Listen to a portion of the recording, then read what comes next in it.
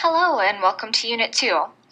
Today we're going to talk about getting to the point, focusing on active and passive voice, and cutting the clutter from your writing.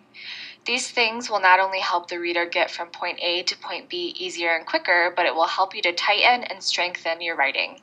It's important all the time to tighten and shorten our writing. Since we're just a blip on the radar among all the things vying for attention, we need to make sure to get to our point quick. This is one of my favorite quotes about brevity, and there are a lot of them, but what he is saying here is make it short, sweet, and to the point. Your readers or your listeners will appreciate that you realize less is more. But how do you do that? First, you want to start with that roadmap we talked about in Unit 1. What are you trying to say? It's hard to say more with less, unless you know what you're trying to say. So first, you need to decide, what is the subject of your piece? You want to make sure you limit yourself to one, maybe two main points so you don't clutter your writing or confuse your reader. Then there are some questions you want to ask yourself. Would I talk like this to my friends or family? When I read this, do I get tripped up on anything? Then, when you're taking a step back, you want to go through your writing sentence by sentence and say, does this sentence make sense if I take out this word or these words? Or does this entire piece make sense if I cut this sentence or paragraph?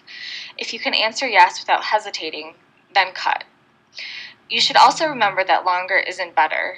We are kind of damaged by those college essays where we had a minimum number of pages or a word count to meet, but we aren't writing to fill space anymore. So, once you've made your point, you can stop, and there is no need to go on any further.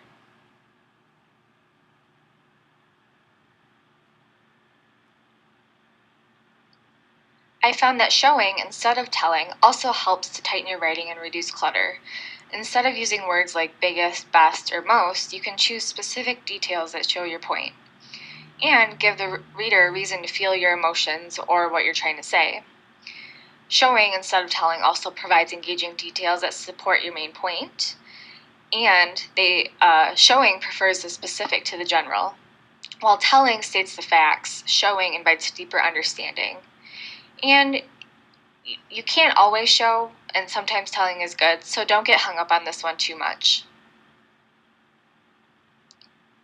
If you do get stuck on trying to figure out a way to show instead of tell, here are a couple examples. Instead of saying the company is very big, paint the picture. The company has more than 30,000 employees at 250 locations in 50 countries. Or instead of saying she is talented, say she can tap dance, speak French, and juggle. And some other tips for cutting clutter in your writing? Try to avoid too many modifiers like very, really, totally. And you can cut out weak openers like there is or there are and just dive right in. Instead of saying there is a great new restaurant in town, say a great new restaurant is in town. Or my favorite, find and replace. You can use this trick to see your habits and work to change them. I usually do a find and replace for that, because of, who was, and take those phrases right out of my writing. Also, consider the schema. What's a schema? It is a concept or idea that your target audience already knows. For example, if I say, LinkedIn is the Facebook of the professional world, you likely know what I mean, and I didn't really have to use that many words to say a lot. So take advantage of the schema through analogies, archetypes, established worldviews, and popular culture to create instant understanding without wasting a lot of words. And finally, don't show off. Think of it this way. If you had to grab the thesaurus to find a fancier word, your reader was probably held up too. And this is a sure way to lose people. Now on to active and passive voice. I'll start with active voice because I think it's easier to understand. In an active sentence, the subject is doing the action. A straightforward example is this sentence: Katie loves books. Katie is the subject and she is doing the action. She loves books, the object of the sentence. What is passive voice? And action gets promoted to the subject portion. Instead of saying Katie loves books, I would say books are loved by Katie. The subject of the sentence becomes the books, but the books aren't doing anything.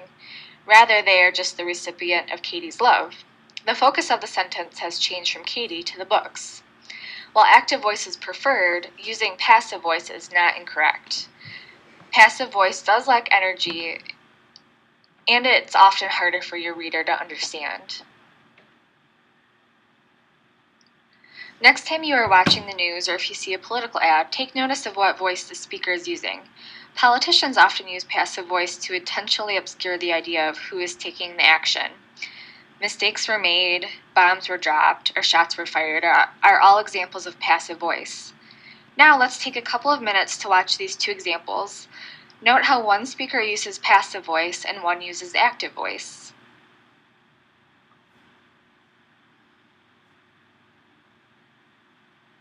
It is my honor and pleasure to present the Governor of the State of New Jersey, the Honorable Chris Christie.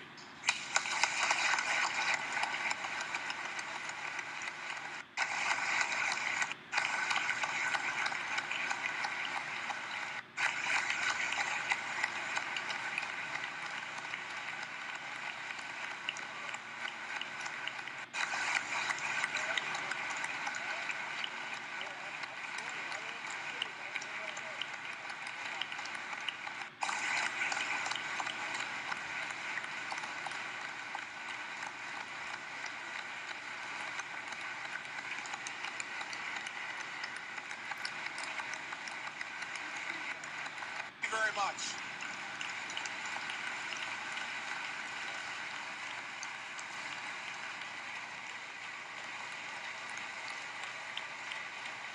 Thank you very much.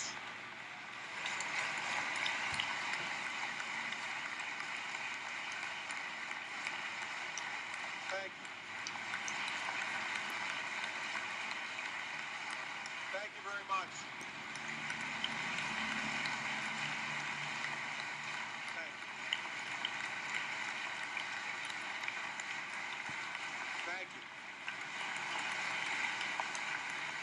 Thank you.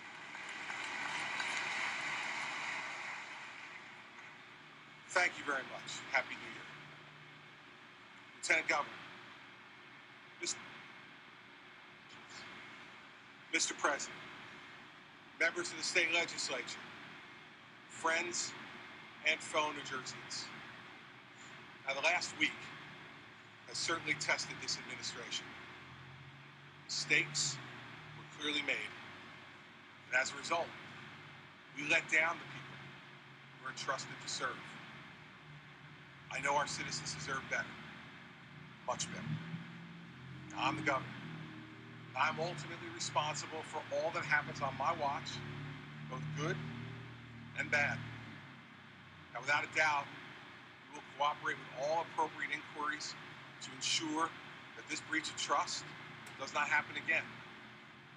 But I also want to assure the people of New Jersey today that what has occurred does not define us or our state.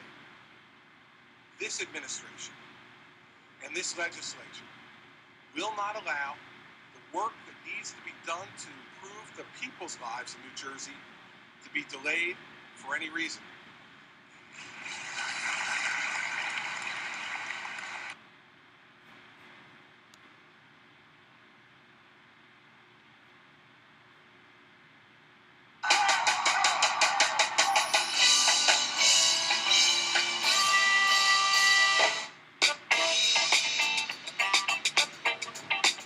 Hey, I'm Mike Birbiglia, and this is a story of my first summer job. I was a busboy at a restaurant in Cape Cod, and it was really hard because I was like 14 or 15. I must have been 15 because I think legally you have to be 15. Is that right? To have a job? And so it was a hard one because I was a busboy, and it was this tough Boston cooks, like really tough, like Boston accents, and it was like 150 degrees in the kitchen, and the cooks didn't look at me or talk to me. Then one day, the head chef goes, how'd you get this job anyway? It's the first thing he ever said to me. And I go, oh, my brother Joe worked here last summer. My older brother Joe had got me the job. And his eyes lit up. His eye lit up. And he goes, Joey Bag of Donuts? Your brother's Joey Bag of Donuts? I go, yeah. And he goes, we love Joey Bag of Donuts. And I go, yeah. And I went home that day, and I said to my brother, I go, Joe, "Is your nickname at the restaurant Joey Bag of Donuts?" And Joe goes, "No, that was this other guy. That guy was awesome." And so for the rest of the summer, I had to live the lie that my brother was Joey Bag of Donuts. They'd be like, "How's Joe Bags?" I'd be like, "He's great." They'd be like, "Seriously, how much can Joe Bags drink?" And I'd be like, "So much." I always had this fear in the pit of my stomach that one day the real Joe Bags would walk in the door and they'd be like, "Joe Bags, we've been hanging out with your brother." And he'd be like, "That's not my brother." And then they would all beat the crap out of me, and I lived with that fear until this very moment. And that's my first summer job.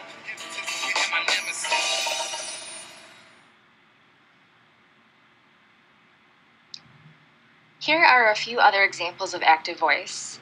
Being able to spot active voice is your first defense against writing in passive voice.